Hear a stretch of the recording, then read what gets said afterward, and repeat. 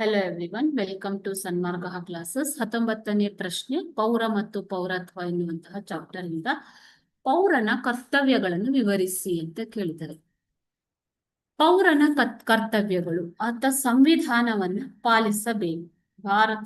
ಯಾವುದೇ ದೇಶದ ಪೌರನಾಗಿದ್ದರೂ ಅಲ್ಲಿನ ಸಂವಿಧಾನವನ್ನ ಪಾಲಿಸಬೇಕು.